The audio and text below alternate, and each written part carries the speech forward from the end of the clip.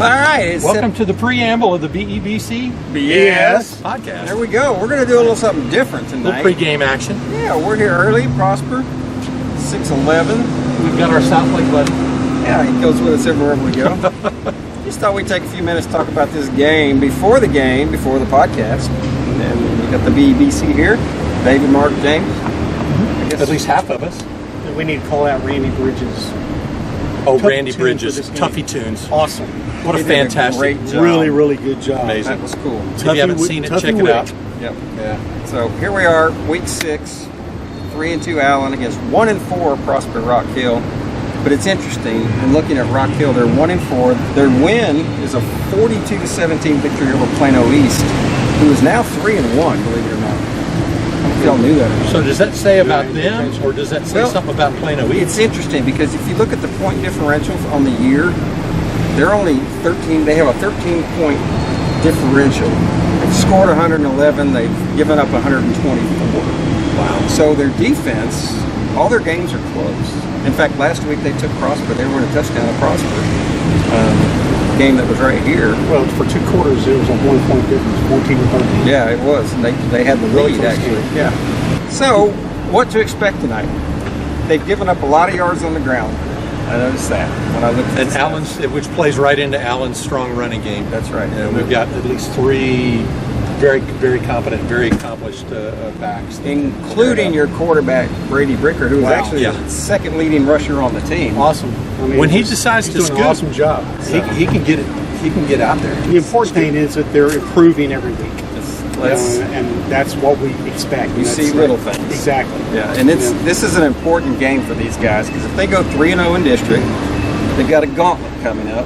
Right. With The hard part of the schedule's coming up. McKinney, Geyer, and Prosper back to back after a week off. Yep. And McKinney's now ranked 13th 13th in the state. Prosper's 23. 23. Allen is not ranked. Nope. Rightfully so. We earned that. Allen and Geyer. We did Earned that. We own non-ranking. that. We own it. We own that. So it'll be interesting to see if they can win tonight and go 3-0 in district. Little Elm hasn't even won a game in district, and they've only scored, I want to tell you, at dinner 44 points. Yeah. They're not All very year. good. So that game could be the one that gets you in the playoffs if you stroll in the next 3. So this game is very important tonight. I look for a low-scoring game.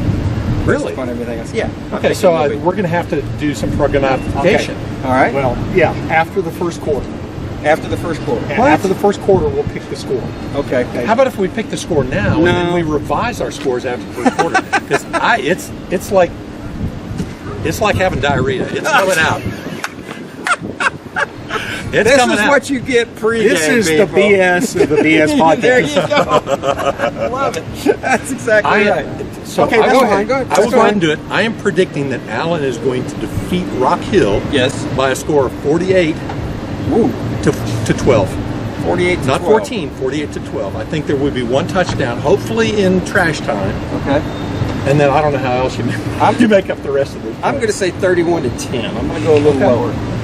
34-14. All right, there you go. There's our predictions for the game. Pre-game predictions. See how we we'll did. catch up on after the first quarter. That's right. So, thanks for listening, and we'll talk to you soon. We're out here. Welcome to episode 109 of the BEBC BS Podcast.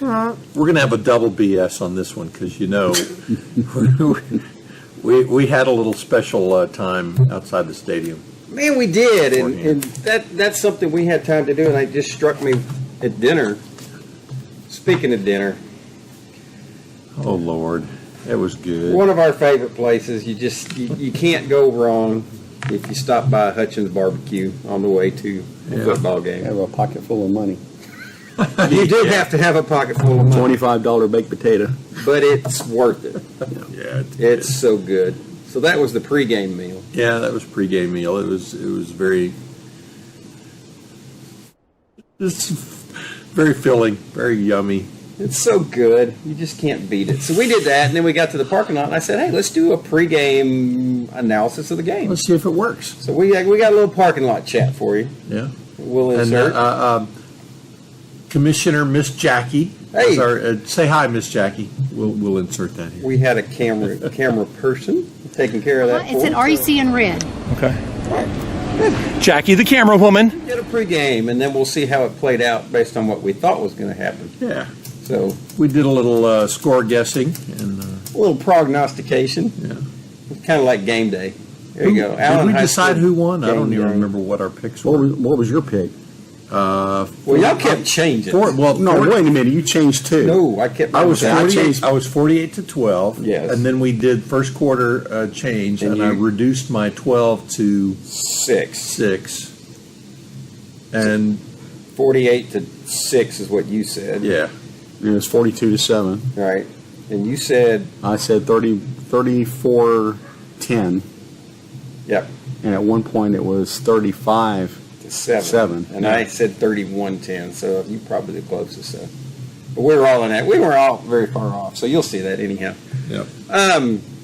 Couple housekeeping items here before we get too far in, because we're going to talk a little bit about Braswell last week. We did not have a podcast last week, and I want to say that was on me. I was out of town, and thank you to everybody who reached out with thoughts and prayers. You know, my father passed away, and his service was Saturday, and so I had apologies for not having a podcast, but that's why. And No apologies needed. Life is important. you know, it's interesting. One of my old dear friends from Florida, her mom's got some sort of brain cancer right now that's really difficult on them right now. She's struggling too, and she said something to me, and she goes, you know, and we're about the same age. She goes, this season of life, and she called it that. I was like, she goes, it's very difficult. And I'm like, yeah, you know what? You're right. I said, you go through all these seasons as you grow older, and this one, when your parents get elderly, as y'all know and have been through, it's a different challenge for you. Yeah. You know, you never know if you're ready for it, and it's difficult at times if you're not. So anyhow, thank you to everybody who reached out. Appreciate it. That's why there wasn't a podcast. So we'll double up and talk a little bit about Braswell. I want to give a shout out before we start. Two people first. First of all, our brother David here. Yeah. Last night was your 200th consecutive Allen Eagle football game Without missing a one. without missing a single Started one. back in May 25th, 2009. 2009. So Okay. David has not missed a game, and so this is 14 years. Yeah. And that's impressive, you know. And I don't know what the record is or whatever. I was with you for a while, and I've missed a couple, and so you're the leader in the clubhouse, and probably will be, unless you get hit by a bus next week, and one of us can catch up with you. So, congratulations, David, on 200 short games. That's dedication, and you know we appreciate your dedication, not only to the boys, but this group and everything else. So, and then our routine on Saturday mornings is pretty consistent. You know, we've been patrons of Allen Cafe forever. The ladies over there are great, and we go every Saturday morning before we come here, have our little breakfast, and you know, the waitresses have come and gone there, but some are still there. The owners, they've been there a while, and Alicia is our new waitress. Jolly young waitress. And you know, there's something to be said about positivity in life, and, Oh, gosh, and yeah. just being joyful. And David and I talked about it. You know, especially in a service industry where you're dealing with people, it's better to be outgoing and friendly, and you know, communicative, and just you know, willing to banter back and forth with people. And as we've gotten to know her over the past couple of weeks, she's just been great with us. So Yeah. it's Better it's to a have good that than laugh. have somebody that it looks like they don't want to be there. Yeah, you know, and I understand early work on a Saturday morning, but she's been great. And Alicia, she said she's going to watch the podcast, so I'm going to send her the link when we're done. We're going to give you a shout out, and thanks for being fun and positive and making Saturday breakfast a little bit better. And so if y'all want to get a good home cooked breakfast, go to Allen Cafe, and they'll take care of you. And we appreciate them putting up with our nonsense for all these years, and they've done a good job with that. We got Coach here in about 10 minutes, so we start with we got to go back to the history, Oh, yeah. because we always start with history. Do we have to?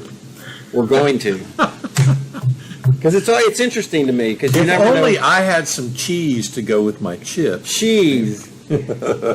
Funny story. Yeah. He's not here to tell it, so we'll tell it for him. Yeah, you tell it for Yeah. him. Cody. Hilarious. My son Cody came last night and he was hungry, so he went back down. He said he came back up and he had nachos. And the nachos there, the chips come in a bag and they have a little plastic container. They dump the nacho cheese in. He goes, funny story about.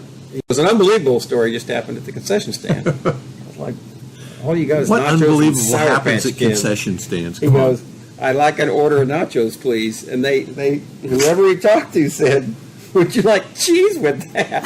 It was a 40-year-old dad. Like cheese with that. What? Nachos with no cheese? And so David brought Cody a little bit of cheese. It's in the skeleton's hand. You see the little blue thing. He brought him a little packet of cheese this morning. So, Cody, that's for you. So there you go. Anyhow, the 109th game in the history of Allen Eagle football occurred in 1971. We're still back there. Mm-hmm. When I was but a wee little lad of 8. Y'all were a little older. A little bit. Yeah, rub it in. Yeah, I had to. And they played Sanger. of all Wow. games. All right. That's a ways out there. You know, and at this point in the season, they were 0-1-1. They tied Frisco 0-0 in the first game of the year. They lost. Don't remind us. They lost to Whitewright 48-0, and they played Sanger, and they went to 0-1-2 on the year with another tie at 12-12. All right, let's all take Nice a little moment, brag. Yeah. lower our head, and say a thanks to our Lord and Savior that we don't do ties anymore. Isn't that crazy? They ended up with, and we'll get to it later, but they ended up with 3 ties that year. Isn't that crazy? Wow. That is wild. So that was the 109th game in the history of Allen Eagle football. The 109th victory occurred in 1981, the year I graduated high school, against Red Oak. Okay. So South Dallas. Yeah, back when we were playing in the Tom Landry Classic, when it was at SMU, I think I remember Red Oak playing Highland Park.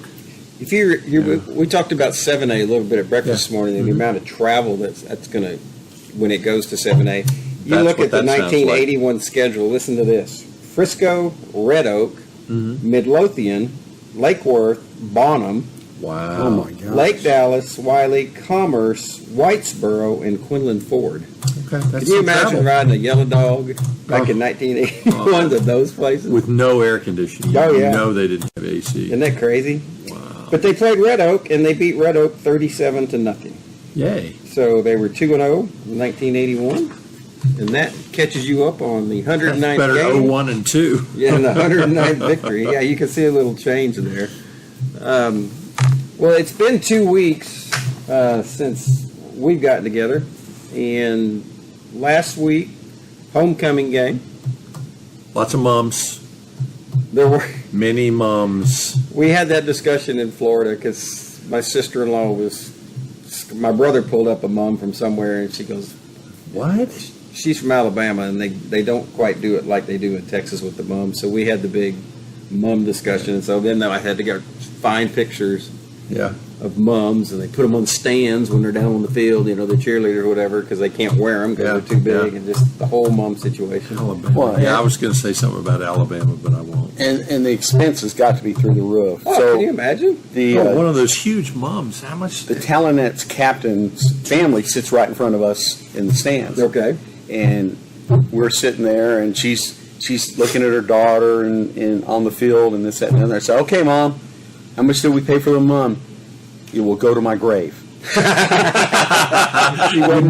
and they don't want to disclose it. Didn't smile, nothing. It's You'll go trouble. to my grave. Wow.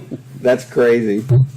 That's amazing, too. That's like above. That's like above $500 level. Yeah, I would think it. I mean, and the Talonettes, they all kind of sat down on the field, right.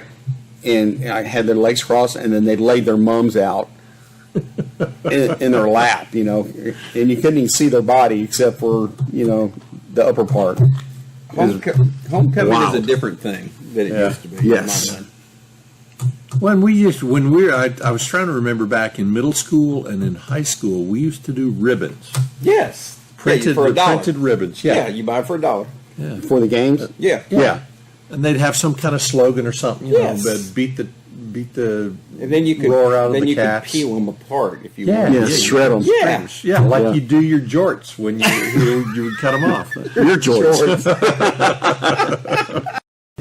Yeah. Well, they need to bring back those ribbons. Those were cool. Yeah, I liked it. they were. And you make money because they couldn't cost very much, and you sell If them for only we $1. knew Come around to the classroom and there'd be a break in the class and everybody would buy the We'd ribbons. buy them at lunch, Yeah. and you know, student council sponsored them. And Chris, Nancy, tube tops, and ribbons. yeah, two tops. Oh, and that's somebody else that came to the tailgate. Oh, really? Uh, Uh-oh. Who you thinking of? Uh-oh. Senior moment. Jake, show me Just a kicked Coke. in. He'll blurt it out here in about 3 Yeah, I minutes. will. We'll just throw it out. Yeah. So, so how was tailgate? I haven't talked to y'all, so I don't know. Was it, It was subdued. They were going to let the alumni, the Right. football they alumni, were know, invited to come. and Nobody there were showed no alumni. So you know, Interesting. there were some issues with the notification. They said, "Okay, yeah, we'll let you know later in the week," and then it was like an hour before game. Yeah, I did see a tweet about it. Hey, you know, whatever. It just every stumble is an opportunity to learn and get better, and not stumble the next time. And Oh, I thought you were down. I'm sorry. no, that's it. Okay. Well, it's about time to Give him a call call. Coach Wig, Coach Wig, who did not do crowd surfing this week. No. I looked for that just to see if that was going to happen. really. You know, I guess he didn't do it last week, but he said it was kind of a That was a spur of the moment, one time deal, I Spontaneous. guess. Yeah. thing here. So let's ring him up and see if One ringy ding. he's got anything to say.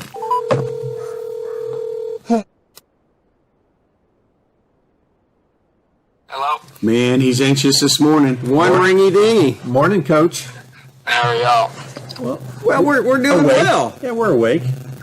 Good. Let me ask you a question first off, because congratulations again on another win. We'll start there, and actually 2 in a row because we didn't congratulate you for Braswell last week because Yeah. we didn't have a podcast. Yeah. Do you notice, and again, this is going to be random and it's off the wall, the change in the weather? Do you notice it on the sidelines down there? I mean, you yourself. No. No. Yeah, it's warmer down there. Are you talking like it's the game? Or are you talking about week to week? Or? Well, week to week, because last night in the stands was great. Yeah. It was awesome. Yeah, no, I don't, yeah. I don't notice it. Well, thanks for I just your know, honesty. I know that we were, some of the coaches were saying, I guess yesterday afternoon, that it was hot and going to be sticky, but I mean, I didn't notice like it it was 100 during the degrees. game, pregame, or any of those things. So it's either hot or it's cold, one of the two, right? Yeah. Yeah, it's either Friday night or not. Yeah. Okay. Well, another victory, 42-7 over Prosper Rock Hill last night. And one of the questions we had for you, and this is a little more in depth than we usually get with you, but Yeah. what was y'all's game plan going into this game? What did you see on tape, and what did you think that you were going to be able to do? Well, we didn't think we'd be able to do much against their defense. They do. Them and Prosper, they run the same style defense, and it's very, very, very difficult to effectively to consistently move the ball against. It's kind of the Iowa State variety. I think that Prosper does as well as anyone in the country, college or high school. But Prosper Rock Hill does the same thing, and they're very well coached. Which is why you don't see people beating them very bad. It's hard to move the ball against them on a consistent basis. You just have to try to be able to take what you can in some RPO world. They give you some gifts, and then you have to be in the run game.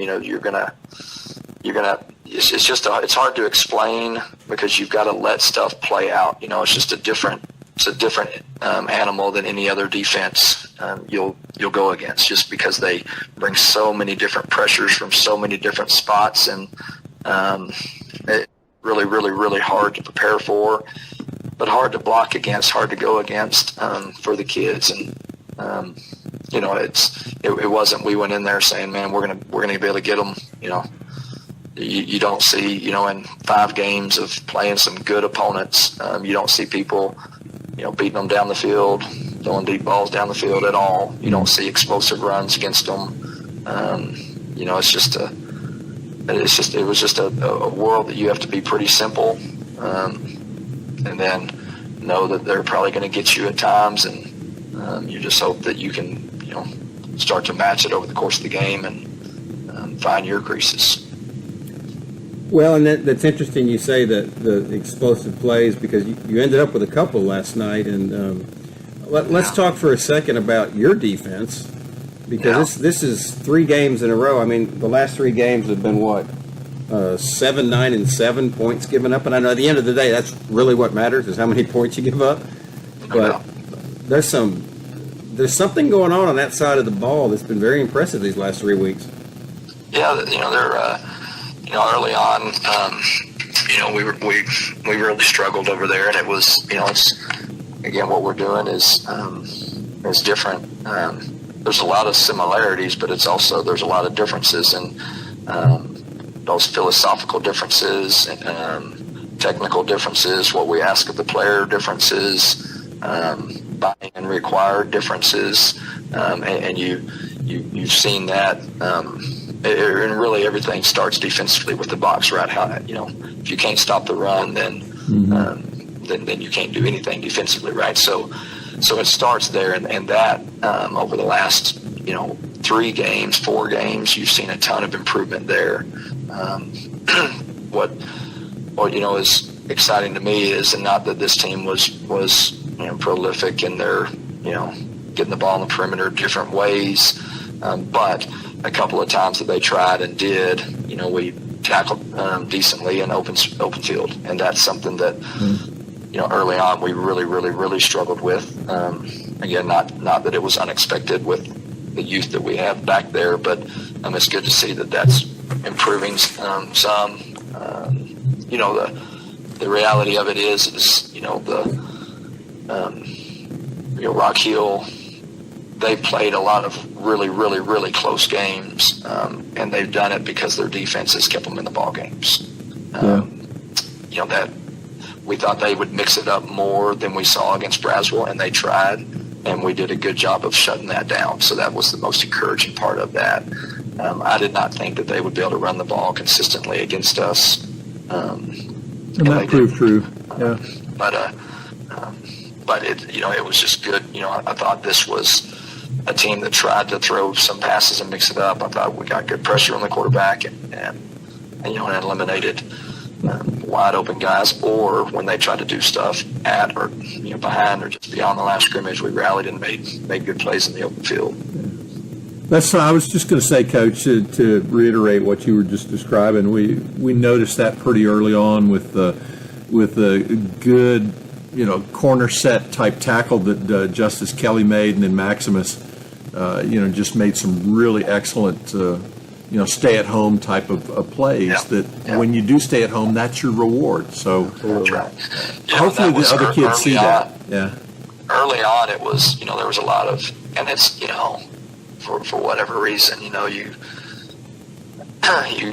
played DeSoto, and I don't know what, but maybe there were some guys that were doing things just trying to do too much is what was going on early, and the way you described it is what the message could have been going back to spring, but even reiterates so much more since then is defensive football is about 11 guys doing their job exactly right. We don't have 11 guys assigned to make the tackle if the ball goes right here.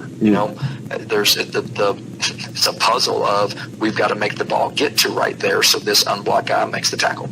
And if you vacate your area, then all of a sudden it's a huge play, and that's what you're starting to see is just really how you described it is just those 2 guys that you talked about, a couple of scenarios you described is people just doing their job, trusting those around them, and it's just fitting. Yeah, exactly. And on that line too, when you're taking a kind of a new team, I'll call it a new team, just because of the whole dynamics of the coaches and the players.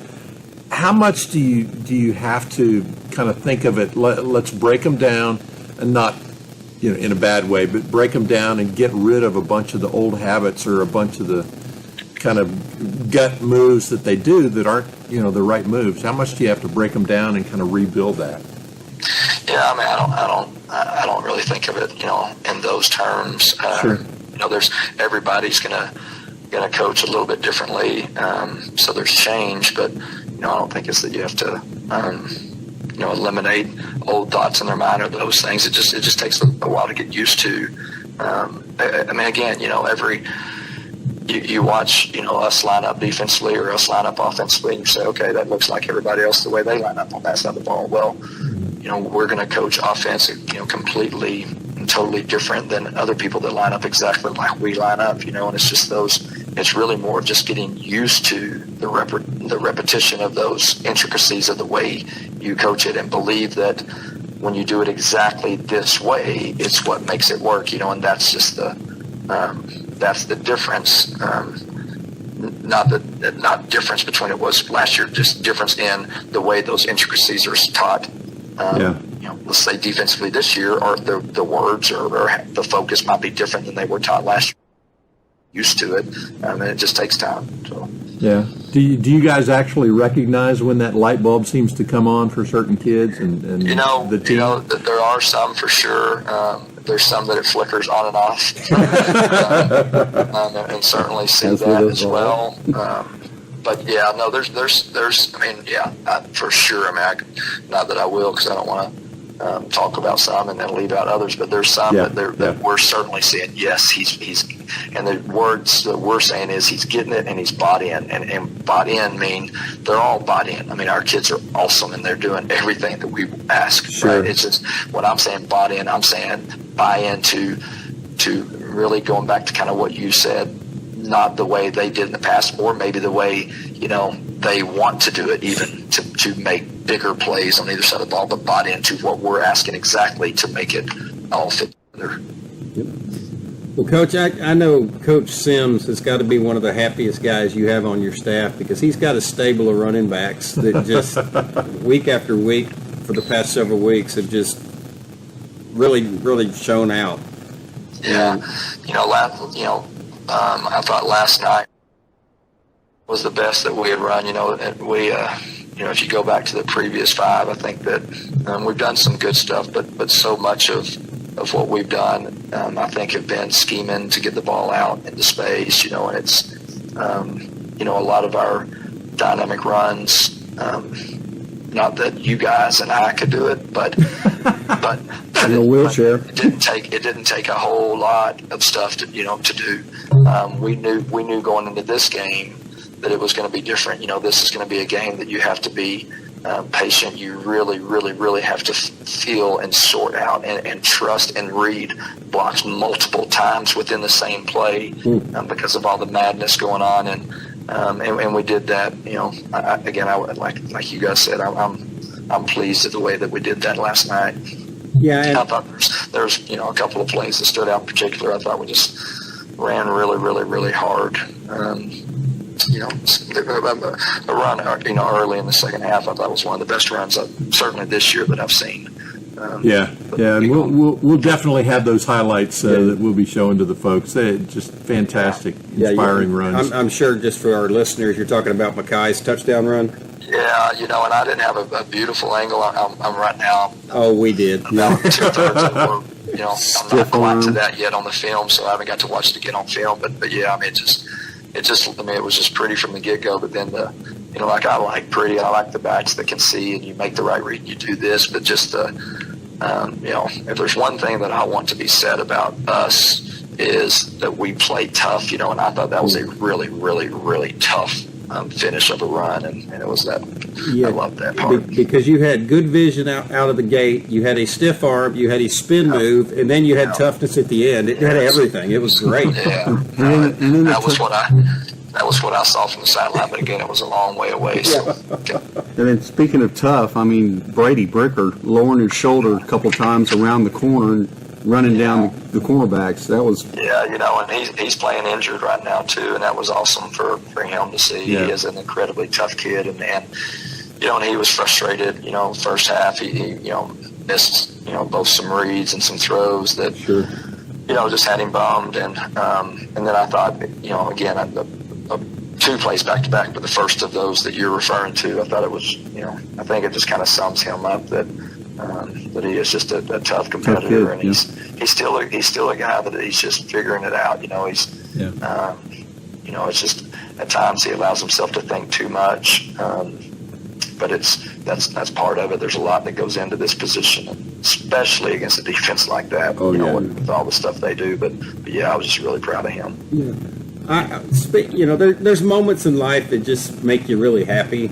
And I know what you're about to say. I was just as happy. and I'm glad it was only one run, because it really, that moment will stick with us forever. But to see Kavion back on the field, and thanks for getting him in there. That he's come a long way. Yeah, he has, and he. Yes, I'm with you. I'm with just goosebumps right now, just sitting there. A lot of people in the stands noticed it too, and everybody was yelling his name. So it was good. Yeah, yeah. Well, it's it's hard to see what the story, where the story goes from here. But it was just really important to me to hope that we got up to a point that we could put him in and see, because. He's been cleared to start doing stuff, full go on practice, but it's different, and you're not, for multiple reasons. His situation, we can say we're going full speed. We can say we're going to tackle to the ground. Well, I'm not going to be the defender that tackles him. I'm not going to be the one that's like, oh my God, did I, so they're all that way. So I don't blame them. They're not going to tackle him. And it was really important for me and us as coaches for him to see him get tackled, but for him to feel him get tackled, and and it was, like you said, it was only going to be one, but there was a lot of me that was saying I really want to let him do one more or two more, but we weren't. And, but it was, this kid's gone through an off. Like we don't even really have a concept of how much he's gone through to get back to this point. So that was cool. We look forward to seeing more of him. And speaking of which, you have an off week now, and just like last year, the gauntlet really starts within district. And first up is McKinney, and I did some quick research this morning. McKinney hasn't beaten Allen since 1999, and they are chomping at the bit. No pressure, and they're a good team. They're a really good team. Yeah, they're loaded. And I haven't studied them this year. Matter of fact, I haven't seen a play of them on the film yet. But I just know talent-wise, they are loaded. I had a couple more move-ins that just added to the puzzle, but they're good. They're really good. They're doing good stuff over there, and it's going to be a fun night. Our guys will use this week, and again, we're banged up, but going into it in a good mindset. Really have a lot of things that we can focus on, that we've got to find a way to improve upon on this week. Leading into the week of McKinney, but it's just, again, it's these guys, they know football, and what they did is they did what they were supposed to do, last night, the night before, to get them to this point. So now it's on, and they know it's on, and they're ready. Good. Speaking of doing the things they needed to improve, for the first 3 weeks of the season, your record in our little pick'em thing was 2-7. Yeah. And so I texted you last week knowing we weren't going to have a podcast, and I gave you 3 games. I gave you Ole Miss, Alabama, Florida State, Clemson, and Ohio State, and Notre Dame. And by golly, if you didn't go 3-0 yourself. Look at that. Yeah. So congratulations.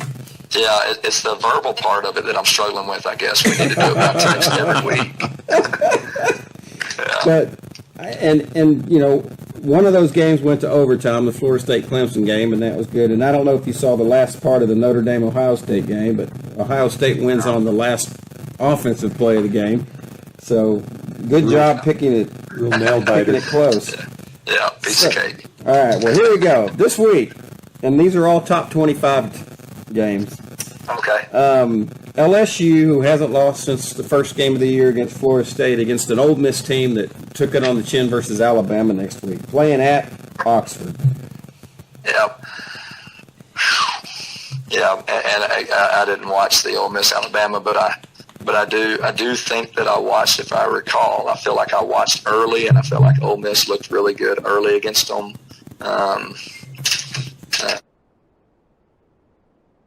Yeah, I'm going to go LSU, which could be a tough road win, but I think they'll get it. All right. Second game, and this is where game day is today. They are at Duke, where you have one-loss Notre Dame coming in against undefeated Duke, who actually beat Clemson earlier this year. Yeah. They did, yep. I will, without hesitation, take Notre Dame. All right. And then a big game down in Austin today. The Kansas Jayhawks roll into town undefeated and taking on a Longhorn team that really seems to be putting things together. Yeah, I'm a huge fan of both the Kansas staff, just who they are. I really like, what they're doing over there, and I also like the way they play the game of football. With that being said, that they don't have the bullets that Texas has right now, and I just don't know if there's a weakness. They're as good as anyone probably at every single position, and Sark does a great job schematically as well. And as much as I hope that for fans and all that, it's a great game. It wouldn't surprise me if it's not a 3-touchdown game. But I'll take Texas. Welcome. Good job, Coach. Yep. We appreciate that.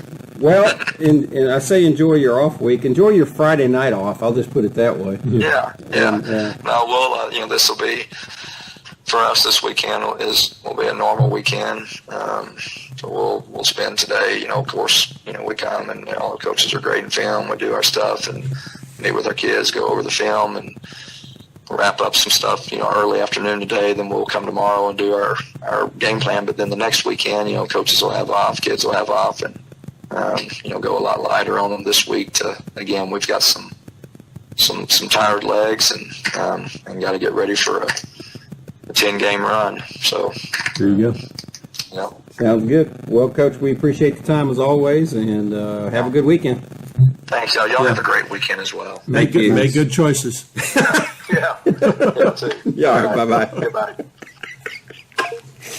Made good choice. Wow. That was funny. That was made him giggle. All right, let's quickly jump back to the Braswell game. Yeah. Y'all were there. I actually got to see Since they televised middle of the third it. quarter on the old coach on the plane. It was Yeah. pretty cool. Yeah. It was really weird though because you got your earbuds or pods in whatever you're Yeah. doing, and Alan would score, and Cody and I were sitting next to each other, raising our arms, and everybody's like looking. I was like, "What are y'all doing over there?" Stick them up. Luckily, we didn't scream, but Video games. So, y'all keep talking. So No. talk about Braswell for a minute. I got to put it down. I wasn't impressed with their quarterback, whatsoever. No. He just seemed lost back in there in the backfield. And, man, Tank and Zena and all of them were all going of off them on. were in the backfield. Yeah. I mean, constantly. The guy was running for his life, and the throws were just not there. I mean, Yeah. it just wasn't very impressive. Well, and this of what week they were was a doing at all. repeat of that, really. No, exactly. To be honest with you. I mean, I think the Braswell quarterback was probably a little bit better. touch because this Yeah. quarterback was, what did we say, 1-13? 1 for 11. 1 for 11. 11. Oh, that's Yeah. horrible. Oh, With I'm sorry, two- 1 for 13. 1 for Yeah. 13 with 2 interceptions. 2 interceptions. Yeah. Yeah, so let's see. Camden Clark had the first interception. That would be the first highlight. Stop. Let's go back to Yeah. Braswell. Oh, sorry, We got to Braswell. finish Braswell before you jump. Don't jump. So the score ends up being 33-9. Yeah. It was a It could have been. It could have. 14. It should have been more than that. I think we. Yeah, it was 10-3 at half. Yeah. Kind of like this game. It seemed like we were going to take off really quick in Yeah. both games, and then it stalled a little bit. Well, I think we should have had at least 3 more touchdowns that we failed on. Weren't there some fourth down conversions? Yes, yes. Didn't it, 4th and 1 or whatever that Right. they did not convert. And Right. it just seemed, I like what Coach said, and maybe it may or may not because we didn't talk Braswell with him, but it seemed like he said, this was going to be a game where you were going to have stops and starts. You weren't going to be able to consistently Right. do, and I don't know. Well, and the Monday morning quarterback or the armchair quarterback up in the stands, when you look at that game, you think, oh my gosh, we're toying with them. What are we doing wrong? And we've got to give them some credit, like Coach was doing. Their Yeah. defense was better than maybe what people thought they were. Because Allen only ended up with 379 yards of total offense. And, the passing game, at some point during, I heard him say that we got 10 games left. Yeah. That takes him to the championship. So that's does. his mindset, which is great. But at some point, that passing game has got to step up. Yeah. And whether it's consistency with the quarterback or consistency with the receivers or both, that's going to come into play at some point, because at some point you're going to get behind and you're going to need to throw the ball.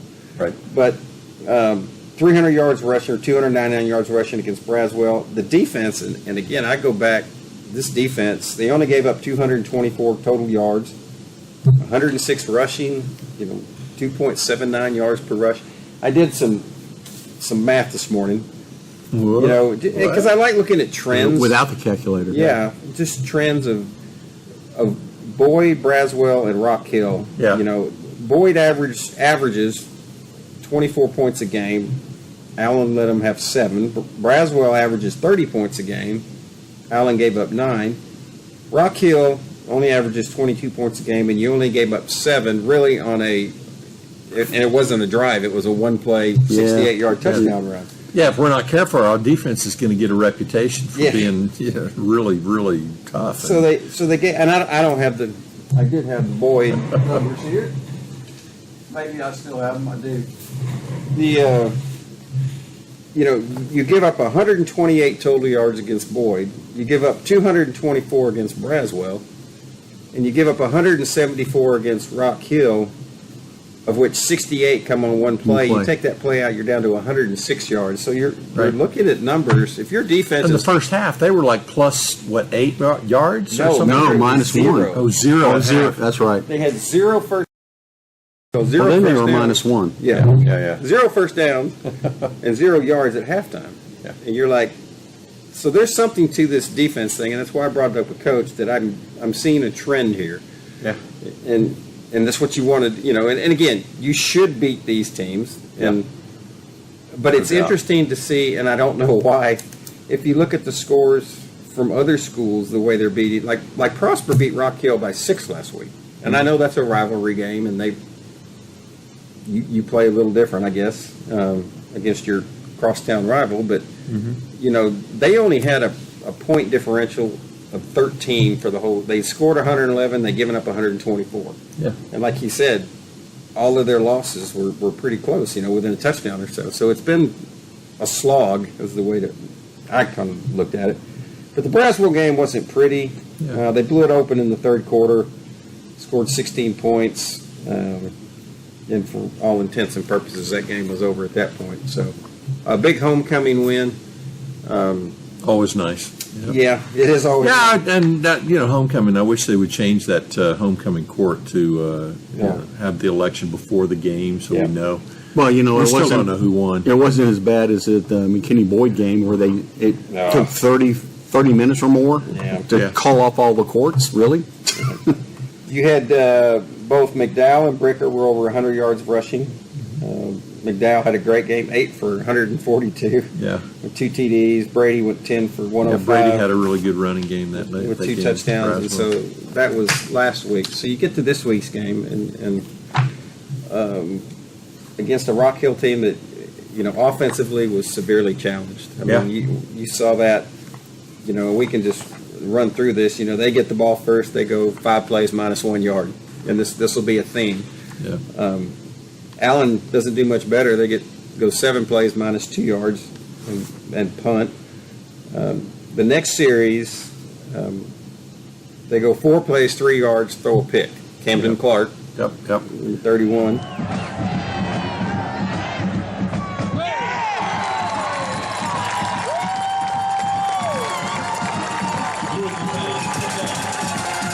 Reaches Really down nice, and grabs it on the 39-yard line. 3 plays later, well, the first play they ran the jet sweep to Donnell G. Yeah. Who goes 37 yards down to the 12.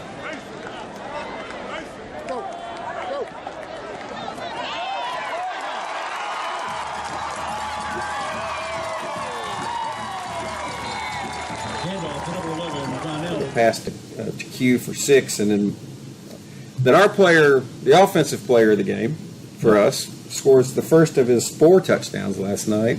Mekhi Ellis goes 6 yards for a touchdown. We saw him after the game as we were leaving We did. in the parking lot. He was all excited when he told him he was player of the game. He didn't know how to act.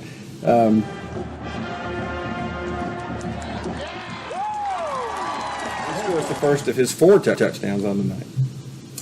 Next series for the, what did we call it, or Cody call them last night? The Rock Hill Blue Hogs. Blue Hogs. Blue yeah, Hogs yeah. or Blue Pigs. Blue Pigs. Blue Hogs. Blue Pigs. Blue Hogs. They go 6 plays minus 3 yards, and they have to punt. Allen doesn't do, and again, this is when Coach said that, and now it makes sense when you look at the series here. They go 5 plays, 5 yards. Yeah. So it's you score, and then you Yeah, I can't know, do because anything. our first inclination is just to, oh, that's crappy coaching. Yeah. And it's like, no, be patient, hear them out. So all you other people, Yep. be patient. Allen punts. Rock Hill goes 5 plays. They get 1 yard. Yeah. Allen gets the ball back, and they have their best drive of the night. 16 plays, 78 yards, and they get down to the 1. And Mekhi Ellis scores the second of his 4 touchdowns.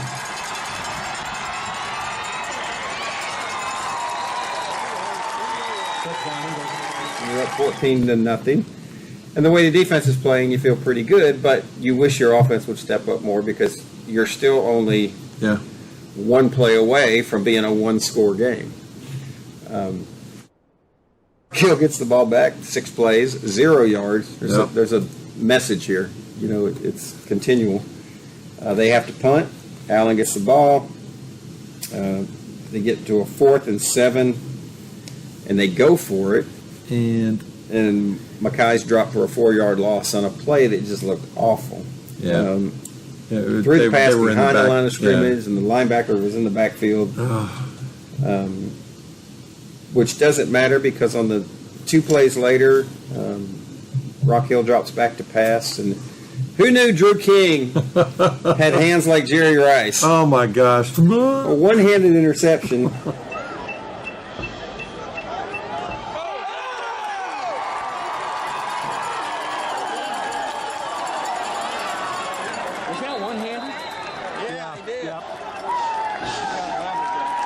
And then he absolutely gets blown up on the tackle. Oh, yeah. Lost the ball. Who recovered the ball? Was it... I did not see who. Somebody from anyway. Allen fell on it, thankfully. Thank goodness.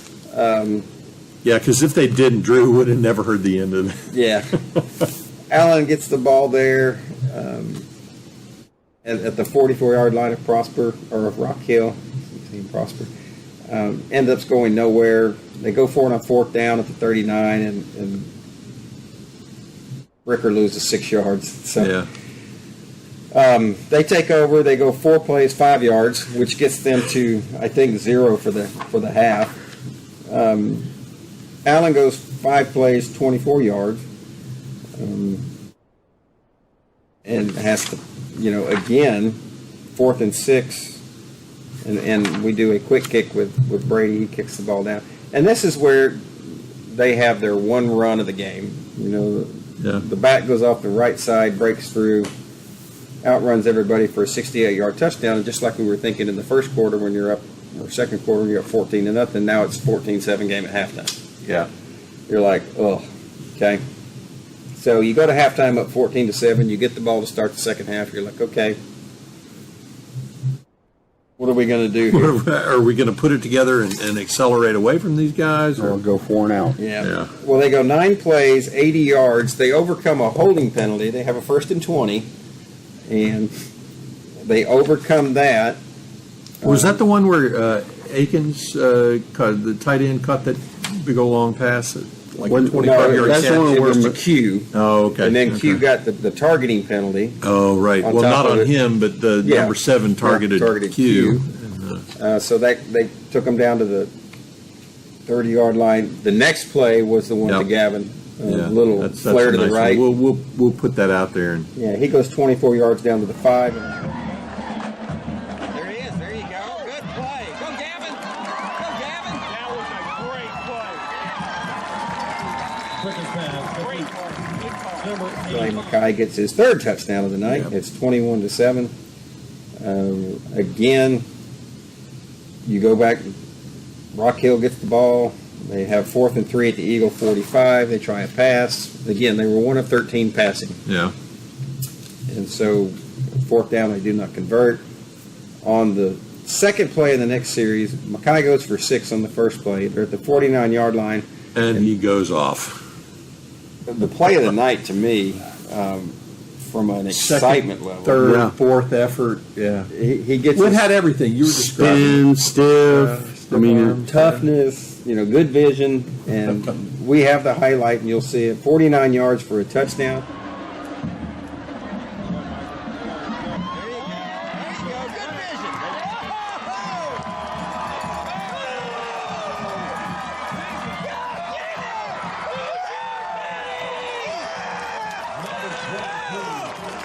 Puts it in the end zone. Touchdown. Just a great run by Mackay, and he ends up with a really good night, and we're happy for him. And all the backs had really good nights. They all scored touchdowns, and he gets his 4th of the night, and he's done for the night. That's it for him. The old Blue Hogs get the ball back. They end up punting again. Allen goes 13 plays, 90 yards, which is just crazy. Because they had some penalties in there they had to overcome as well. Yep. The last 19 of that being a rush by Amir McDowell, who we just love his toughness.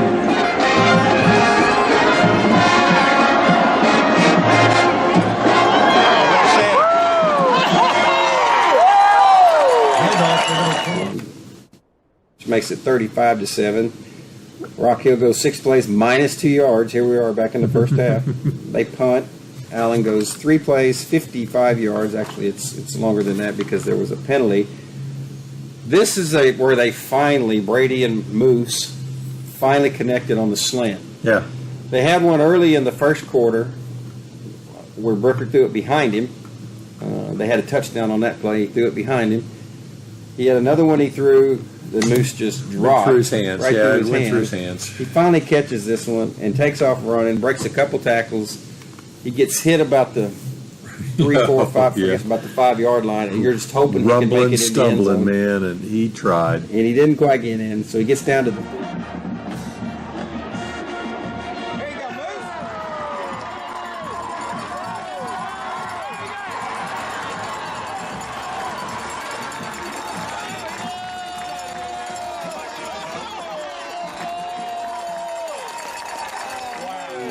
And then Jackson Lyons takes it the last 3 yards. Get in there, Jackson. Yeah. Easy. Punches 42-7. it in. And that's the Turn out the scoring lights. for the night. The party's over. So Allen wins 42-7. It does set up the gauntlet, like we say. They end up with 467 yards of total offense, 301 rushing, That's good. That's good. 166 passing. You'd like to see that completion percentage be better. Brady had, like you said, did not know he was injured. I'm not sure what his injury was. He's playing hurt, according to the coach. He was 11 of 23 for 166. No interceptions. Yeah. Clean. No touchdowns either, but that's okay. 301 yards rushing, averaged almost 7 yards a rush. No turnovers last night. And that goes a long way, too, to helping your team. What about penalties? How did we do there? 6 for 56. Okay. Oh, there were the holding penalties, cost them a couple times. They False overcame start. a couple of them. Yeah. Rushing-wise, Mackay had 116, McDowell had 83. Everybody got in on it, on the party, and everybody had a good time, including Kavion Sibley. And again, can't say enough about seeing him out there. It was just heartwarming. Yep. Everything he's been through. So that brings us up to off week. Everybody have a chance to. Some get people better. call it bye week. Other Yep. people call it vacation week. Yeah. I did a little, as I told Coach, McKinney has not beaten Allen since 1999. Overall, in this series, Allen they're 17-10 against McKinney. So they've done it. And last loss, 1999. The first game they ever played was in 1982. Okay. And McKinney beat Allen 28-0. Now, a lot of McKinney's wins came in the first 10 years or so. They seem to have Allen's number for the most part, but Allen's dominated since then. McKinney did get their running back who's committed to USC, I think, Brian Jackson, back last night. He had the same injury that the DeSoto running back had, the dislocated elbow. Yeah. That happened in our game against DeSoto, first game of the year. So he had been out, but he's back now. They've got a 5-star Xavier Filisami, a Florida commit. Yeah. In the secondary. They've got a linebacker that's rated their defense is really good. This is going to be a challenge. A much bigger challenge, Yeah. for sure. On both sides of the ball. Yeah. So they're not really a prolific passing team. Or at least they haven't been. That's good. So again, if you could make somebody one-dimensional, if you put them in spots where you get 3rd and 8, 3rd and 9, Yeah. 3rd and 6 or 7, and force them to pass. Yeah. You turn Tank and Zena loose, you might have some opportunities. And that's one thing I'll say. We were talking about the form tackling and just the discipline of keeping your lane. The kids have got to stop thinking and trust that if they're like covering the slot, okay, there's going to be somebody on the outside of me. I can trust him to cover his lane and set the corner. I can cover my lane. I can set the corner at my spot where they're not going to cut up field on me. I'm going to push him out, and then the other guy out there. So there's a lot of trust there, but that really opens up, when Justice and when Maximus step up and all the other players step up, then all of a sudden Tank and Zena, they can even go off more, and it just opens them up for more. Yeah, I mean, you're right. multiplier. Stand in your lane. Stand where you're supposed to stay. Yeah. Don't fall trapped to the everybody sweep into the right side. Well, Stay it there. only really happened to us once, and that was where the quarterback started scrambling and came around the Right. backside, Yeah, he just- the weak side. Yeah, but that's And we one talked time. about this on the way home. The tackling was a lot better last night. Absolutely. The missed and I don't know how many there were, but Yeah.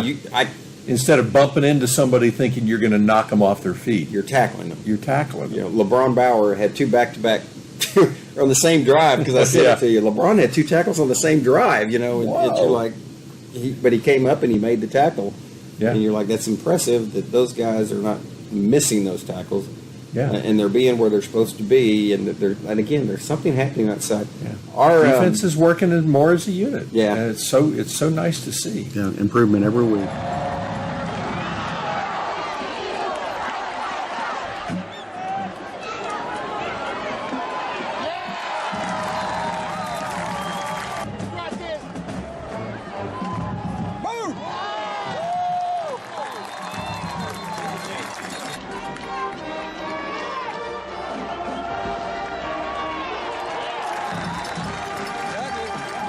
defensive player of the game, Tank Marsh. Yeah.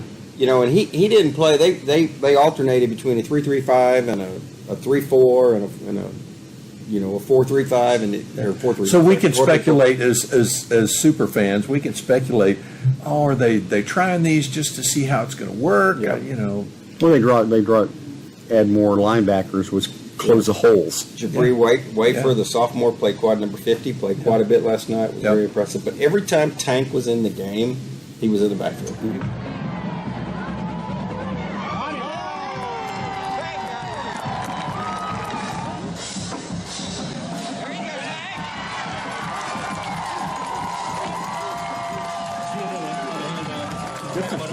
He had, according to my stats that I kept, he had 3 tackles for loss last night, and he the pressure on him and Zena. I told you on breakfast that Zena needed to be apologizing to that tackle that he just abused all night long. You know, and he was flying It's all not over good to the bully field. Other students. No, unless, bullying's they're not on the allowed. other, unless they're on the other team, and you just go, I got to run by you, man. Yeah. It's my dude. He just abused that guy. I was like, dude. Yeah, and I guess this is a good spot. Maybe we'll throw all the defensive highlights in there because there were some good ones. Yeah. You know, Drew King's interception was great, and the form tackling, Yeah. and just, again, that quarterback. Not that, you know, people have complained about Allen's quarterback situation. How would you like to have that as your 5 foot quarterback? whatever quarterback who didn't show that he could throw well in that game. Now maybe he's had some other success, Yeah. and he looked a little bit intimidated trying to run too. Yeah.